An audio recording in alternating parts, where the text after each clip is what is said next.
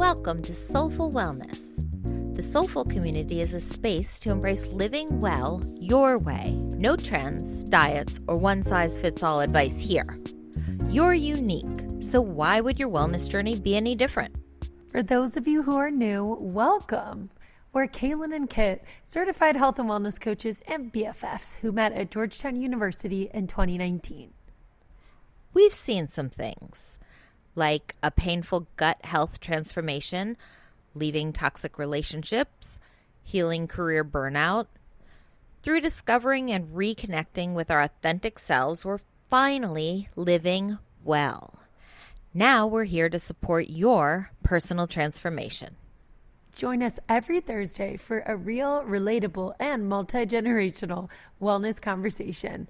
We are in awe of the personal transformations we've witnessed in the Soulfull Society and can't wait to see where this takes us all next. Welcome.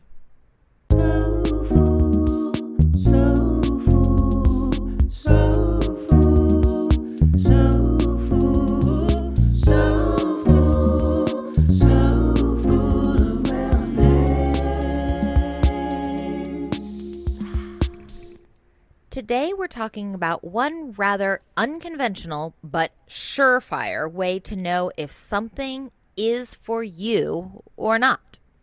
This might sound a little bit crazy at first, but stick with us. We promise it'll make perfect sense. Drum roll, please. Ding. The question we invite you to ask yourself is, what makes you feel jealous? Who makes you feel jealous? When you feel jealous, it's your body's way of saying, I want that for me. We've all been raised to think that jealousy is a negative emotion. We've been told that jealousy is not helpful, not fruitful. It's maybe even something to be ashamed of or to feel bad about feeling. And we're here to reframe all of that and say, jealousy is a really valid signal that your mind and your body are trying to get your attention to tell you something that they think is super obvious. I feel like jealousy, at least for me, brings up a lot of shame and judgment. I noticed it in a therapy session. I brought something up. I forget right now what I was feeling jealous of. And my therapist said to me, and so you're human. Everyone gets jealous. I was holding myself to this high standard of, well, you can never be jealous because being jealous is bad and negative and low vibration. And especially, in the spiritual community, there is such a tendency to, last week we talked about toxic positivity. There's that taking something too far, or, well, you can never be jealous. Jealousy is bad. Mm-hmm. As I started to explore this idea that jealousy was a signal, jealousy is my body talking to me, I started to pay a lot more attention to not only what made me jealous, but what also didn't at all make me jealous, that maybe I thought would, but it turns out it doesn't. And I realized a few interesting things that we'll talk about, but one in particular that nobody tells you is that jealousy isn't a one and only obscuring all other emotions emotion. I can and do simultaneously feel really happy for the person. I can feel excited for them or proud of them or a whole bunch of other different things while simultaneously feeling jealous that they have something that deep inside I find really desirable and basically want for me. I've fairly recently learned about the concept of living in contrast and feeling two emotions at the same time. And it has been so liberating to understand the fact that we can feel two things at the same time and we can feel two opposite things at the same time, right? There's space for those emotions, there's room, and you're not crazy. Mm-hmm. I can't say it plain enough. And so it's enlightening and kind of motivating to learn that jealousy is a signal and it doesn't mean we're a bad person. Yeah, emotions are unlimited.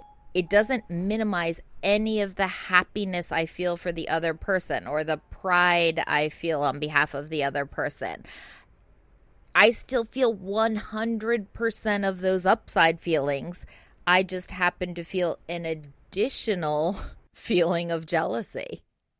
We have to be careful about the narratives that we're telling ourselves when we're experiencing negative emotions, specifically jealousy.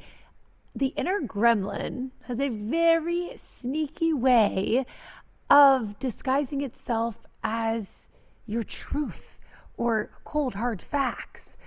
You know, when we judge ourselves, if we're feeling jealous of someone and we kind of shove it down and shut it down because we've been raised that that's improper or that's not moral. I think for us, especially, Kit, we both were raised Catholic and grew up in Catholic communities, went to Catholic school. We definitely were raised with like, you know, it might as well be a deadly sin. Like jealousy is morally wrong. And so it can be really easy to get caught up in this hamster wheel, making you feel even worse about being jealous. Well, now I recognize it for what it is.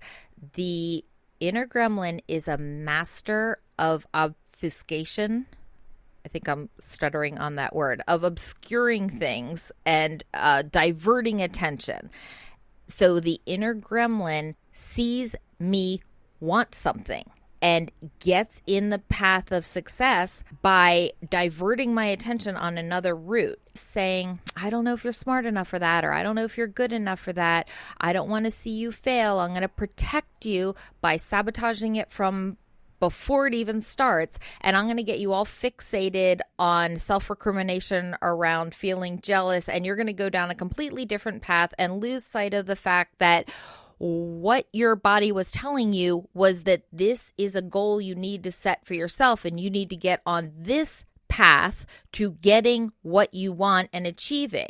And I think that the inner gremlin is just a master of this rerouting attention completely. And one way is this whole thing we as humans have built around jealousy. You need to drop your mic after that. That was stellar way to describe it. Seriously. You can't fail if you don't try. You also, spoiler, can't succeed if you don't try. Behind jealousy, there's so much more than what meets the eye. Think about perfectionism. Perfectionism is seeping out of jealousy because, like you're saying, right? Not even starting something. Often we're holding ourselves back because if it's not perfect, I'm not doing it.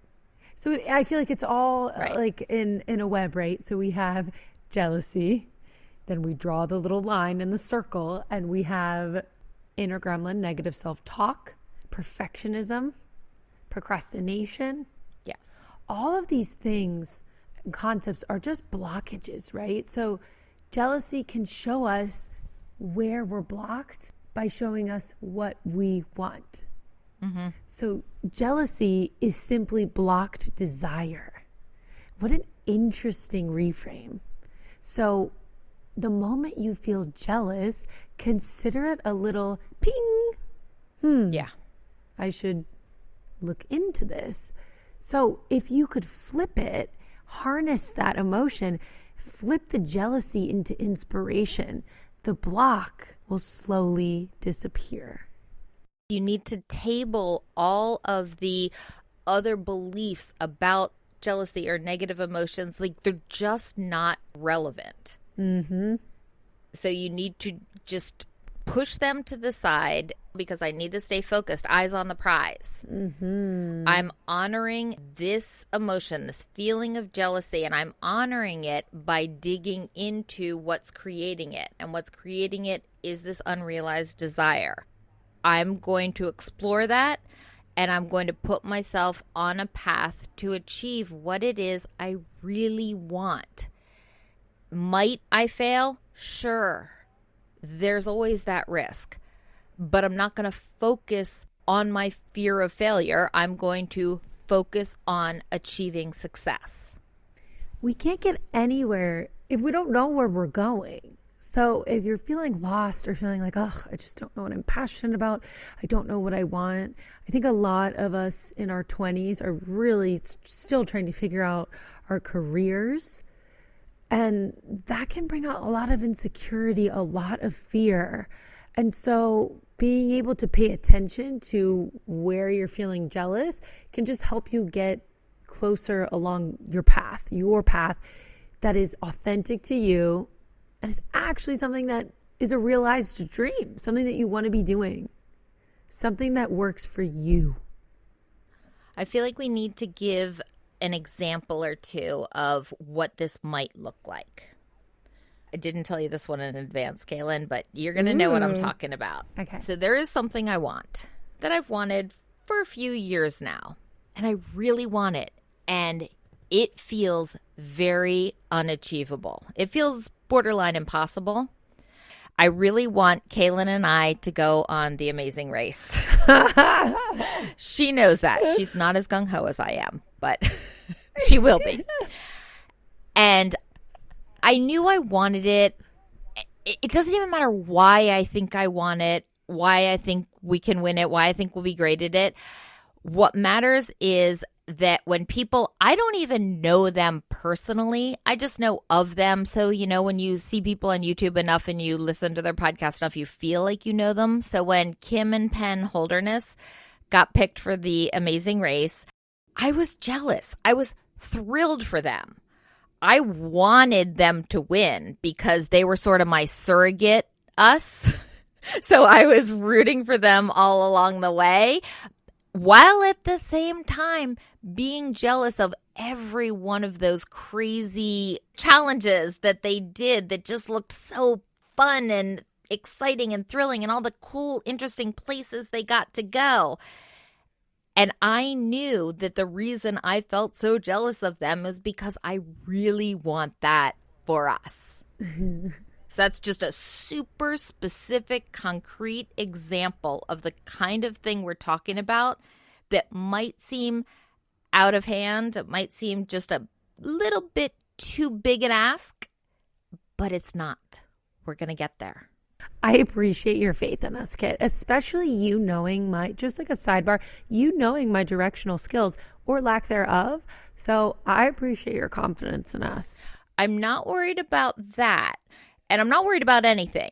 I have a little bit more pause over how you get freaked out about some, in my opinion, easy for me to say, not at all scary things, but I get a lot of people like going on a jet ski in the middle of the ocean, stuff like that. I hate jet skiing. I know you do. I know. I hate adventure. I know, but it would be so fun together. And I mean, it can't be too scary, right? They've got a whole film crew and everything. All right, I don't need to take the whole podcast selling you on this, but we'll check this offline. Okay, yeah. To be continued later. That's a whole episode unto itself. Why we should be on The Amazing Race. It's just Kit pitching it to me. Yeah, then we'll send it in. All right, can you give us an example of a time that you realized you felt jealous and knew that meant something specific was the thing for you? This is something I already knew I wanted, so maybe it doesn't count, but all the posts of people getting their puppies, but especially a golden retriever puppy, I've wanted one so bad that if someone else would have one, I would be very happy, but so jealous, and felt even more impatient to get mine. But I always had an inner knowing that I would get one. And then you did. And then I did. You know what I'm noticing as I'm listening to you, and thank you for sharing that, and even just reflecting back on what I just said, a piece of this comes from a lack mindset. Oh, absolutely. We know that there are plenty of golden puppies in the world and in the future of the world. Thank God. We know that, okay, there aren't an unlimited number of spots to be on The Amazing Race, but it's been renewed for another season. There are future spots available. a little piece of jealousy, I think, comes from that lack mindset of the finite availability, and that when someone gets one, that's one less. And that is simply not the way most of how the world works. Completely. It's scarcity mindset. It's buying into the idea that there's a finite pie and not everyone gets a slice, and not every podcast will